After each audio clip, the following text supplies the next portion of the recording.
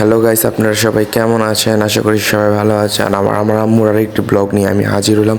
আজকে হবে noodles recipe, best noodles recipe হবে, কারণ আমার আম্মুর হাতের নুডলস অনেক বেস্ট। শুরু করা যাক। এখন সর্বপ্রথম আগুনটা জ্বালিয়ে একটি পাত্র বসিয়ে দিব, সেটা একটু গরম করে পরিমাণ মতো পানি দিয়ে পানিটাকে আমরা গরম করে ফুটিয়ে নেব, যেন নুডলসটা দিলে তাড়াতাড়ি সিদ্ধ হয়ে যায়।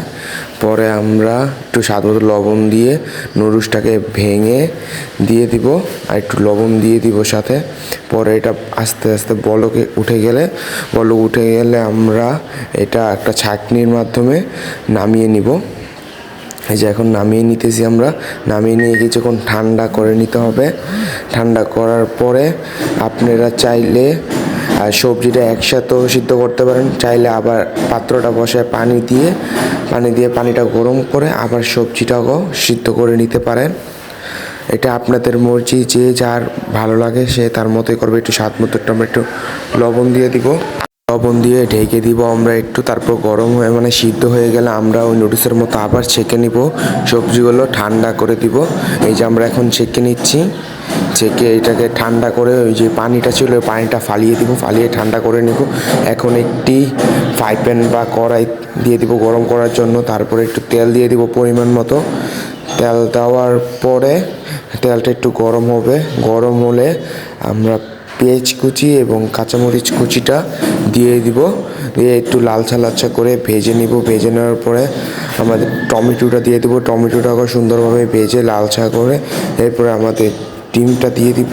তারপর আমরা এটাকে একটু ভালোভাবে নেড়ে চেড়ে ডিমটাকে ফাটিয়ে এটার সাথে মিক্স করে একদম, তারপরে আমরা সবজি দিয়ে দিব।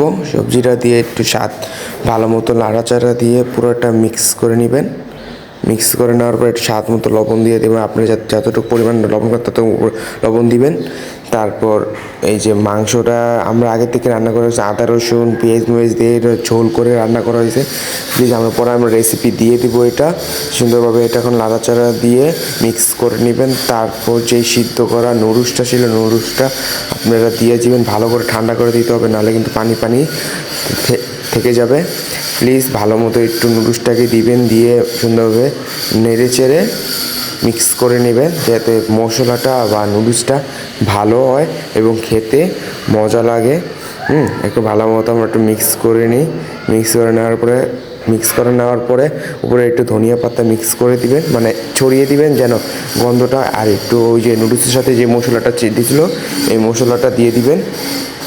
দিয়ে একটু ভালোভাবে নেড়ে চেড়ে নিলেই কিন্তু আপনাদের নুডলসটা হয়ে যাচ্ছে। এখন নুডলসটা আপনাদের কাছে রান্নাটা কেমন লাগেছে, রেসিপিটা কেমন লাগেছে কমেন্ট করে জানিয়ে দিবেন। এই যে আমাদের নুডলসটা দেখতেই পাচ্ছেন কত সুন্দর, ইয়াম্মি ইয়াম্মি ভাই টাম্মি। এই